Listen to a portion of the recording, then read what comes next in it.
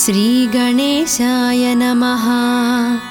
नारद उवाच प्रणम्य शिरसा देवं गौरीपुत्रं विनायकं भक्तावासं स्मरेन्नित्य आयुः कामार्थसाधये। प्रथमं वक्रतुण्डं च एकदन्तं द्वितीयकं तृतीयं कृष्णपिङ्गाक्षं गजवक्त्रं चतुर्धकं लम्बोदरं पञ्चमं च षष्ठं विकटमेव च सप्तमं विघ्नराजेन्द्रं च धूम्रवर्णं तथाष्टमं नवमं फालचन्द्रं च दशमं तु विनायकम् एकदंसं गणपतिं द्वादशं तु गजाननं द्वादशैतानि नामानि त्रिसन्ध्यं यः पठेन्नरः न च विघ्नभयं तस्य सर्वसिद्धिकरं प्रभो। विद्यार्थी लभते विद्यां धानार्थी लभते धनं पुत्रार्थी लभते पुत्रार्मोक्षार्थी लभते गतिं। जपेत् गणपतिस्तोत्रं षड्भिर्मासैः फलं लभेत् संवत्सरेण सिद्धिं च लभते नात्र संशयः। अष्टभ्यो ब्राह्मणेभ्यश्च लिखित्वा यः समर्पयेत् तस्य विद्या भवेत् सर्वा गणेशस्य प्रसादतः। श्रीगणेशाय नमः। नारद उवाच प्रणम्य शिरसा देवं गौरीपुत्रं विनायकं भक्तावासं स्मरेन्नित्य आयुः कामार्थसाधये।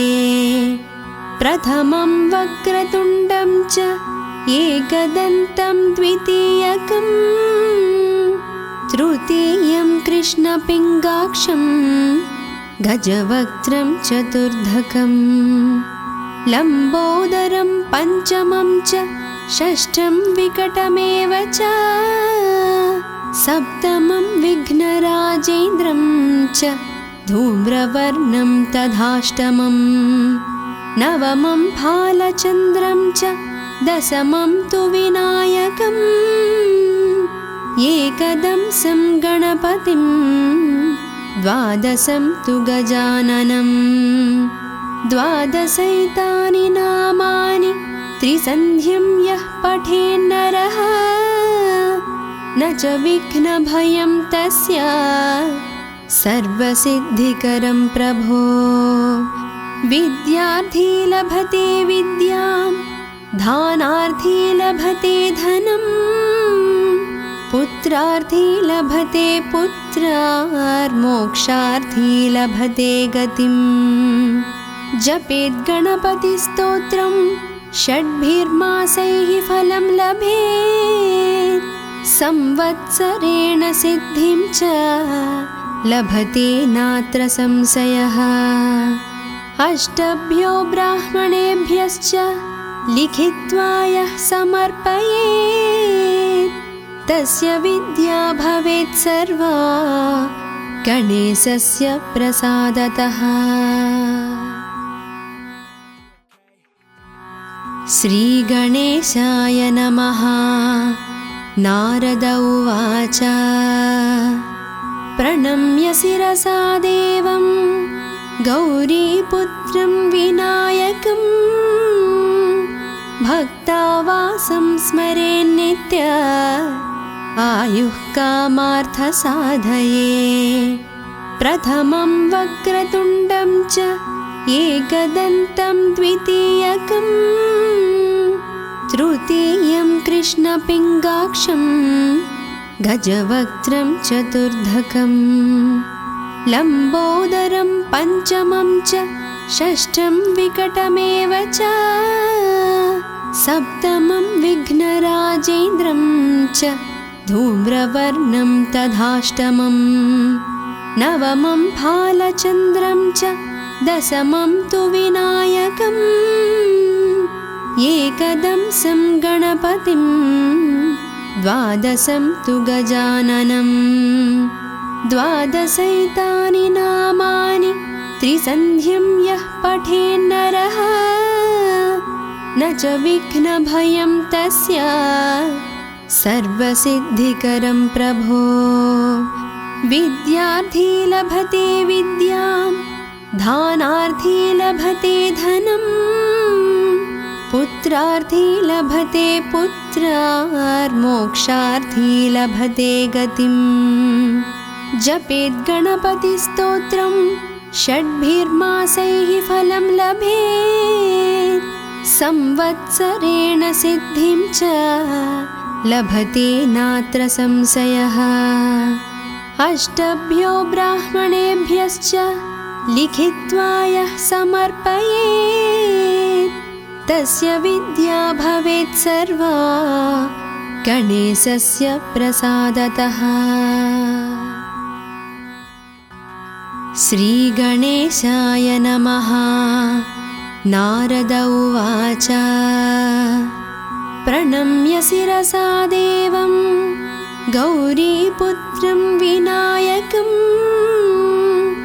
भक्तावासं स्मरेन्नित्य आयुः कामार्थसाधये प्रथमं वक्रतुण्डं च एकदन्तं द्वितीयकं तृतीयं कृष्णपिङ्गाक्षं गजवक्त्रं चतुर्धकं लम्बोदरं पञ्चमं च षष्ठं विकटमेव च सप्तमं विघ्नराजेन्द्रं च धूम्रवर्णं तथाष्टमं नवमं फालचन्द्रं च दशमं तु विनायकम् एकदंसं गणपतिं द्वादशं तु गजाननं द्वादशैतानि नामानि त्रिसन्ध्यं यः पठेन्नरः न च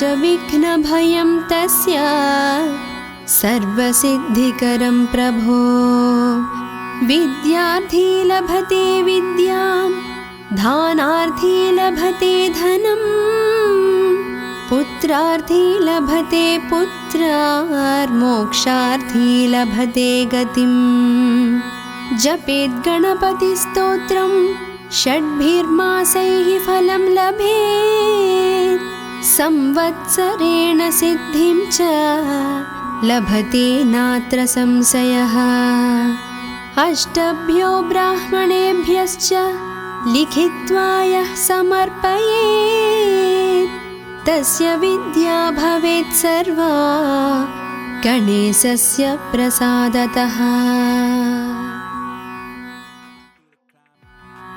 श्रीगणेशाय नमः।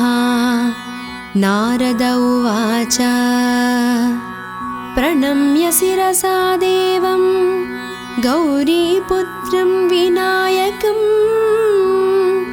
भक्तावासं स्मरेन्नित्य आयुः कामार्थसाधये प्रथमं वक्रतुण्डं च एकदन्तं द्वितीयकं तृतीयं कृष्णपिङ्गाक्षं गजवक्त्रं चतुर्धकं लम्बोदरं पञ्चमं च षष्ठं विकटमेव च सप्तमं विघ्नराजेन्द्रं च धूम्रवर्णं तथाष्टमं नवमं फालचन्द्रं च दशमं तु विनायकम् एकदंसं गणपतिं द्वादशं तु गजाननं द्वादशैतानि नामानि त्रिसन्ध्यं यः पठेन्नरः न च विघ्नभयं तस्य सर्वसिद्धिकरं प्रभो। विद्यार्थी लभते विद्यां, दानार्थी लभते धनं, पुत्रार्थी लभते पुत्रार्मोक्षार्थी लभते गतिम्। जपेत् गणपतिस्तोत्रं षड्भिर्मासैः फलं लभेत्, संवत्सरेण सिद्धिं च लभते नात्र संशयः। अष्टभ्यो ब्राह्मणेभ्यश्च लिखित्वा यः समर्पयेत्, तस्य विद्या भवेत् सर्वा गणेशस्य प्रसादतः। श्रीगणेशाय नमः। नारद उवाच प्रणम्य शिरसा देवं गौरीपुत्रं विनायकं,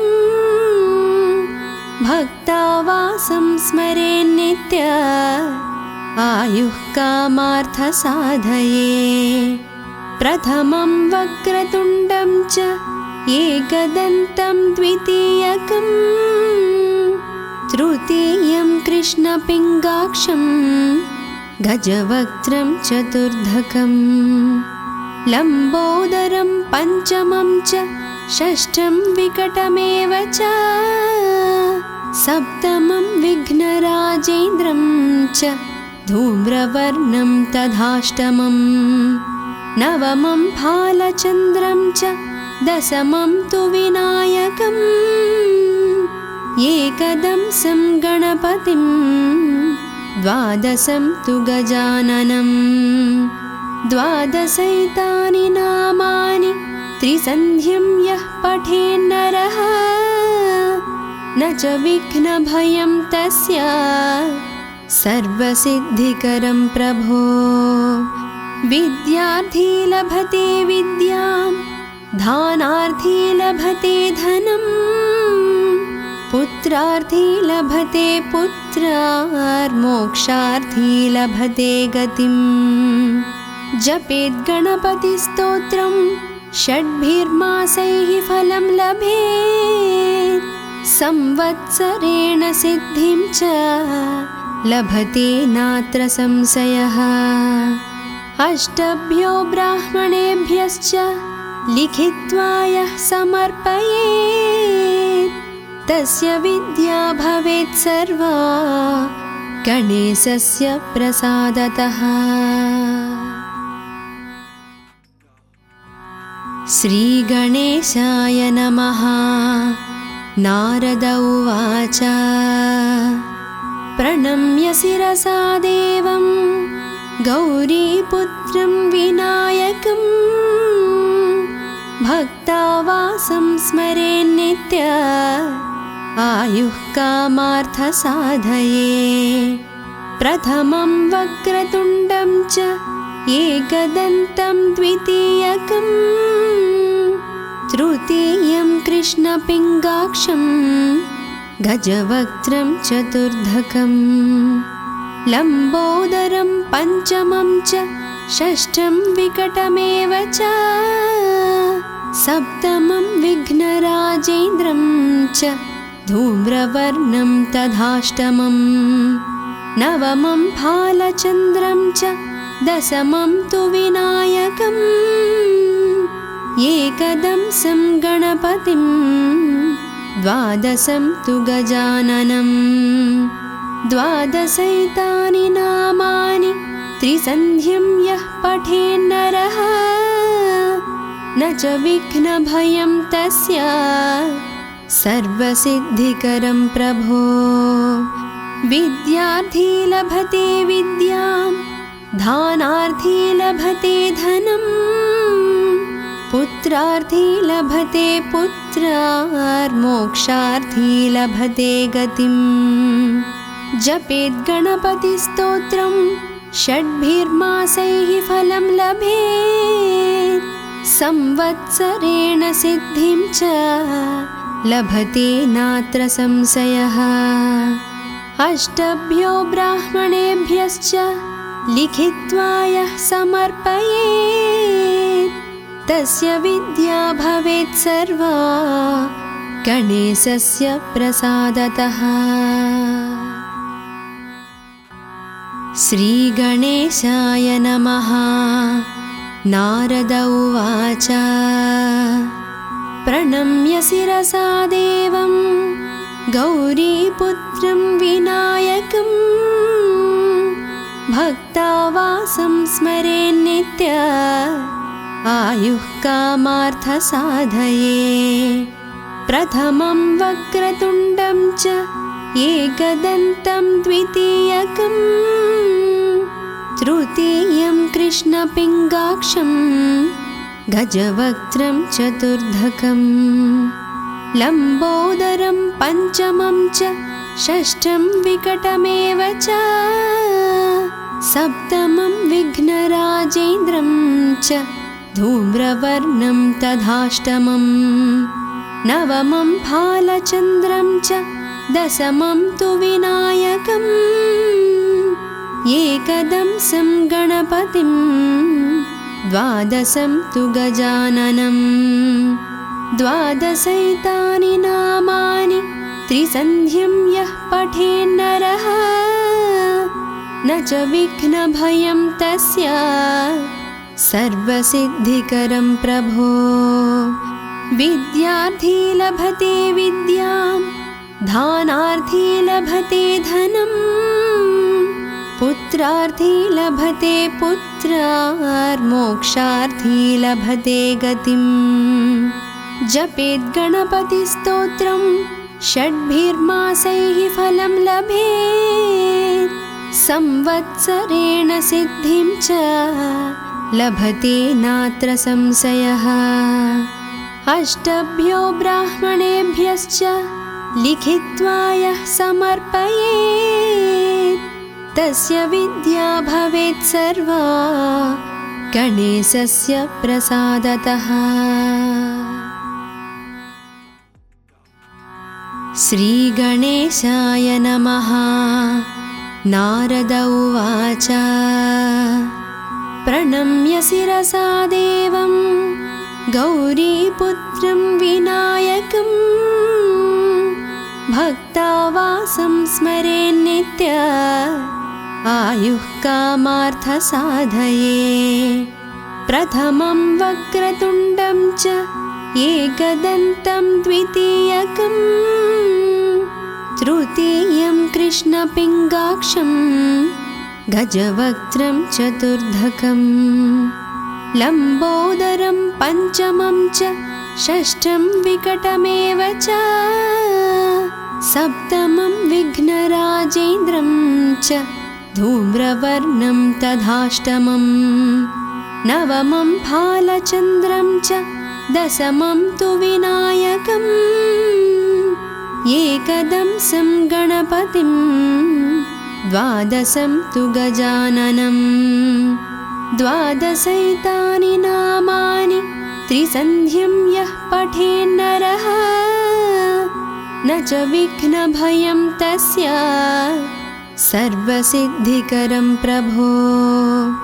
विद्यार्थी लभते विद्यां दानार्थी लभते धनं पुत्रार्थी लभते पुत्रार्मोक्षार्थी लभते गतिं। जपेत् गणपतिस्तोत्रं षड्भिर्मासैः फलं लभेत् संवत्सरेण सिद्धिं च लभते नात्र संशयः। अष्टभ्यो ब्राह्मणेभ्यश्च लिखित्वा यः समर्पयेत् तस्य विद्या भवेत् सर्वा गणेशस्य प्रसादतः। श्रीगणेशाय नमः। नारद उवाच प्रणम्य शिरसा देवं गौरीपुत्रं विनायकं भक्तावासं स्मरेन्नित्य आयुः कामार्थसाधये। प्रथमं वक्रतुण्डं च एकदन्तं द्वितीयकं तृतीयं कृष्णपिङ्गाक्षं गजवक्त्रं चतुर्धकं लम्बोदरं पञ्चमं च षष्ठं विकटमेव च सप्तमं विघ्नराजेन्द्रं च धूम्रवर्णं तथाष्टमं नवमं फालचन्द्रं च दशमं तु विनायकम् एकदंसं गणपतिं द्वादशं तु गजाननं द्वादशैतानि नामानि त्रिसन्ध्यं यः पठेन्नरः न च विघ्नभयं तस्य सर्वसिद्धिकरं प्रभो विद्यार्थी लभते विद्यां दानार्थी लभते धनं पुत्रार्थी लभते पुत्रार्मोक्षार्थी लभते गतिं जपेद् गणपतिस्तोत्रं षड्भिर्मासैः फलं लभेत् संवत्सरेण सिद्धिं च लभते नात्र संशयः अष्टभ्यो ब्राह्मणेभ्यश्च लिखित्वा यः समर्पयेत् तस्य विद्या भवेत् सर्वा गणेशस्य प्रसादतः। श्रीगणेशाय नमः। नारद उवाच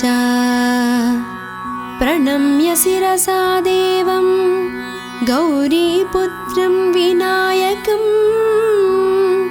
भक्तावासं स्मरेन्नित्य आयुः कामार्थसाधये प्रथमं वक्रतुण्डं च एकदन्तं द्वितीयकं तृतीयं कृष्णपिङ्गाक्षं गजवक्त्रं चतुर्धकं लम्बोदरं पञ्चमं च षष्ठं विकटमेव च सप्तमं विघ्नराजेन्द्रं च धूम्रवर्णं तथाष्टमं नवमं फालचन्द्रं च दशमं तु विनायकम् एकदंसं गणपतिं द्वादशं तु गजाननं द्वादशैतानि नामानि त्रिसन्ध्यं यः पठेन्नरः न च विघ्नभयं तस्य सर्वसिद्धिकरं प्रभो विद्यार्थी लभते विद्यां दानार्थी लभते धनं पुत्रार्थी लभते पुत्रार्मोक्षार्थी लभते गतिं जपेद् गणपतिस्तोत्रं षड्भिर्मासैः फलं लभेत् संवत्सरेण सिद्धिं च लभते नात्र संशयः अष्टभ्यो ब्राह्मणेभ्यश्च लिखित्वा यः समर्पयेत् तस्य विद्या भवेत् सर्वा गणेशस्य प्रसादतः। श्रीगणेशाय नमः। नारद उवाच प्रणम्य शिरसा देवं गौरीपुत्रं विनायकं भक्तावासं स्मरेन्नित्य आयुः कामार्थसाधये प्रथमं वक्रतुण्डं च एकदन्तं द्वितीयकं तृतीयं कृष्णपिङ्गाक्षं गजवक्त्रं चतुर्धकं लम्बोदरं पञ्चमं च षष्ठं विकटमेव च सप्तमं विघ्नराजेन्द्रं च धूम्रवर्णं तथाष्टमं नवमं फालचन्द्रं च दशमं तु विनायकम् एकदंसं गणपतिं द्वादशं तु गजाननं द्वादशैतानि नामानि त्रिसन्ध्यं यः पठेन्नरः न च विघ्नभयं तस्य सर्वसिद्धिकरं प्रभो। विद्यार्थी लभते विद्यां धानार्थी लभते धनं पुत्रार्थी लभते पुत्रार्मोक्षार्थी लभते गतिम्। जपेद् गणपतिस्तोत्रं षड्भिर्मासैः फलं लभेत् संवत्सरेण सिद्धिं च लभते नात्र संशयः। अष्टभ्यो ब्राह्मणेभ्यश्च लिखित्वा यः समर्पयेत् तस्य विद्या भवेत् सर्वा गणेशस्य प्रसादतः। श्रीगणेशाय नमः। नारद उवाच प्रणम्य शिरसा देवं गौरीपुत्रं विनायकं भक्तावासं स्मरेन्नित्य आयुः कामार्थसाधये। प्रथमं वक्रतुण्डं च एकदन्तं द्वितीयकं तृतीयं कृष्णपिङ्गाक्षं गजवक्त्रं चतुर्धकं लम्बोदरं पञ्चमं च षष्ठं विकटमेव च सप्तमं विघ्नराजेन्द्रं च धूम्रवर्णं तथाष्टमं नवमं भालचन्द्रं च दशमं तु विनायकम् एकदंसं गणपतिं द्वादशं तु गजाननं द्वादशैतानि नामानि त्रिसन्ध्यं यः पठेन्नरः न च विघ्नभयं तस्य सर्वसिद्धिकरं प्रभो। विद्यार्थी लभते विद्यां धानार्थी लभते धनं पुत्रार्थी लभते पुत्रार्मोक्षार्थी लभते गतिम्। जपेद् गणपतिस्तोत्रं षड्भिर्मासैः फलं लभेत् संवत्सरेण सिद्धिं च लभते नात्र संशयः। अष्टभ्यो ब्राह्मणेभ्यश्च लिखित्वा यः समर्पयेत् तस्य विद्या भवेत् सर्वा गणेशस्य प्रसादतः। श्रीगणेशाय नमः। नारद उवाच प्रणम्य शिरसा देवं गौरीपुत्रं विनायकं भक्तावासं स्मरेन्नित्य आयुः कामार्थसाधये। प्रथमं वक्रतुण्डं च एकदन्तं द्वितीयकं तृतीयं कृष्णपिङ्गाक्षं गजवक्त्रं चतुर्धकं लम्बोदरं पञ्चमं च षष्ठं विकटमेव च सप्तमं विघ्नराजेन्द्रं च धूम्रवर्णं तथाष्टमं नवमं भालचन्द्रं च दशमं तु विनायकम् एकदंसं गणपतिं द्वादशं तु गजाननं द्वादशैतानि नामानि त्रिसन्ध्यं यः पठेन्नरः न च विघ्नभयं तस्य सर्वसिद्धिकरं प्रभो। विद्यार्थी लभते विद्यां धानार्थी लभते धनं पुत्रार्थी लभते पुत्रार्मोक्षार्थी लभते गतिम्। जपेद् गणपतिस्तोत्रं षड्भिर्मासैः फलं लभेत् संवत्सरेण सिद्धिं च लभते नात्र संशयः। अष्टभ्यो ब्राह्मणेभ्यश्च लिखित्वा यः समर्पयेत् तस्य विद्या भवेत् सर्वा गणेशस्य प्रसादतः।